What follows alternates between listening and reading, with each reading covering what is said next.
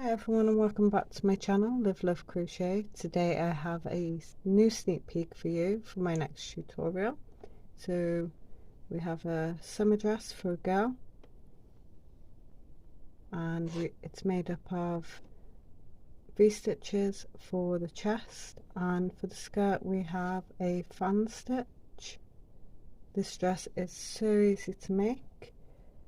For the straps here we have double crochet. So very simple all the way through the dress. I'll just show you the back quickly. We have buttons for the back and the fan stitch pattern all the way down, V-stitch here, fan all the way down. So I'm really looking forward to making this with you. This one will be up soon. It really doesn't take long to crochet this.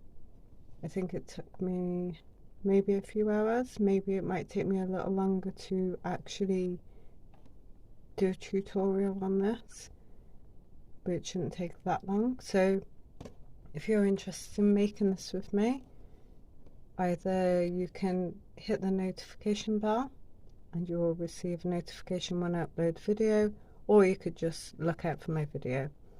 Please like and subscribe, and I will see you in my next video. Bye.